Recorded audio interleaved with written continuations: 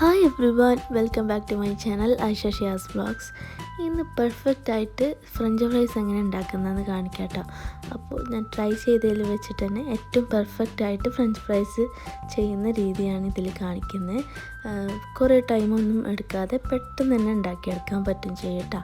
അപ്പോൾ എങ്ങനെ ഉണ്ടാക്കുന്നത് നോക്കാം. ഇതിന് വേണ്ടിയിട്ട് ഞാനൊരു 4 മീഡിയം സൈസിലുള്ള ഉരുളക്കിഴങ്ങ് എടുത്തിട്ടുണ്ട്. നിങ്ങളുടെ ഇഷ്ടത്തിനനുസരിച്ചിട്ട് എടുക്കാം കേട്ടോ. ഇനി ഫ്രഞ്ച് ഫ്രൈസ് കട്ട് ചെയ്യുന്ന പോലെ ഇങ്ങനെ കട്ട് ചെയ്തെടുക്കുക. അതെല്ലാം എല്ലാവർക്കും അറിയുന്നതായിരിക്കുമല്ലോ, അതുകൊണ്ട് തന്നെ ഞാൻ ഡീറ്റെയിൽഡായിട്ട് പറയുന്നില്ല കേട്ടോ. അപ്പോൾ അതാ ഈ ഒരു തിക്നെസ്സിൽ കട്ട് ചെയ്തെടുക്കുക കേട്ടോ. ഭയങ്കര തിന്നും ആവാൻ പാടില്ല, പെട്ടെന്ന് തന്നെ കരിഞ്ഞു പോകട്ടോ. ഇനി ഇതാ ഇങ്ങനെ കട്ട് ചെയ്തെടുത്തിട്ടുണ്ട് എല്ലാം. ഇനി നമുക്കിത് നന്നായിട്ടൊന്ന് കഴുകിയെടുക്കണം കേട്ടോ. അപ്പോൾ ഇതിൻ്റെ വെള്ളം ഒന്ന് ക്ലിയർ ആയിട്ട് വരുന്ന വരെ ഒന്ന് കഴുകിയെടുക്കുക. അതിൻ്റെ സ്റ്റാർച്ചെല്ലാം കളയാൻ വേണ്ടിയിട്ടാണ് കേട്ടോ. ഇനി ഇത് വേവിക്കാൻ വേണ്ടി വെക്കാം. അതിന് വേണ്ടിയിട്ട് അത് മുങ്ങുന്ന രീതിയിൽ വെള്ളം ഒഴിച്ചു കൊടുക്കുക. പിന്നെ ഉപ്പ് കുറച്ച് കൂടുതൽ തന്നെ ഇട്ട് കൊടുക്കുക കേട്ടോ. കുറച്ച് കൂടി നിൽക്കണം, അപ്പോഴേ നന്നായിട്ട് ഉപ്പ് പിടിക്കുള്ളൂ. ഇനി ഇത് വേവിക്കാൻ വേണ്ടിയിട്ട് വെക്കുക.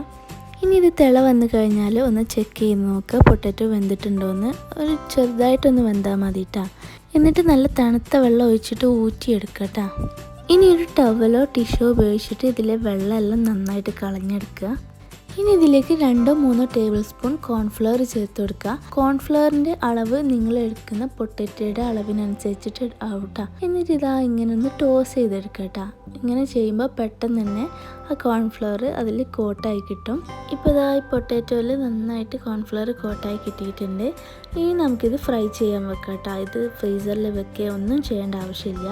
അപ്പോൾ ഒരു കടായി വെച്ചിട്ട് അതിലേക്ക് കുറച്ച് കൂടുതൽ തന്നെ സൺഫ്ലവർ ഓയിൽ ഒഴിച്ച് കൊടുക്കുന്നുണ്ട് കേട്ടോ. എന്നിട്ട് ഈ എണ്ണ നന്നായിട്ട് ചൂടായി കഴിഞ്ഞാൽ ഇതിലേക്ക് ഫ്രഞ്ച് ഫ്രൈസ് ഇട്ട് കൊടുക്കുക കേട്ടോ. അപ്പോൾ എണ്ണ നന്നായിട്ട് ചൂടാവണം, എന്നിട്ട് മാത്രമേ ഇട്ട് കൊടുക്കാൻ പാടുള്ളൂ കേട്ടോ.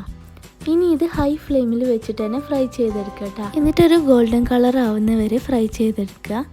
ഇപ്പോൾ ഇതാ നമ്മുടെ ഫ്രഞ്ച് ഫ്രൈസ് റെഡി ആയിട്ടുണ്ട്. നല്ല പെർഫെക്റ്റ് ആയിട്ടുള്ള ഫ്രഞ്ച് ഫ്രൈസ് ആണ് കേട്ടോ. എല്ലാവരും വീട്ടിലൊന്ന് ട്രൈ ചെയ്ത് നോക്ക്.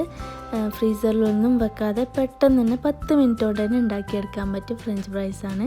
അപ്പോൾ എല്ലാവരും വീട്ടിൽ ട്രൈ ചെയ്തിട്ട് ഫീഡ്ബാക്ക്സ് കമൻറ്റ് ബോക്സിൽ അറിയിക്കുക കേട്ടോ. പിന്നെ എൻ്റെ ചാനൽ സബ്സ്ക്രൈബ് ചെയ്യാത്തവർ ഒന്ന് സബ്സ്ക്രൈബ് ചെയ്ത് സപ്പോർട്ട് ചെയ്യാനും കൂടി മറക്കരുത് കേട്ടോ. പിന്നെ വീഡിയോ ഇഷ്ടമാവുകയാണെങ്കിൽ ലൈക്ക് ചെയ്യാനും ഷെയർ ചെയ്യാനും മറക്കരുത്. അപ്പോൾ നമുക്ക് അടുത്ത വീഡിയോ ആയിട്ട് വീണ്ടും കാണാം. അതുവരെ ടേക്ക് കെയർ, ബൈ ബൈ, അസ്സലാമു അലൈക്കും.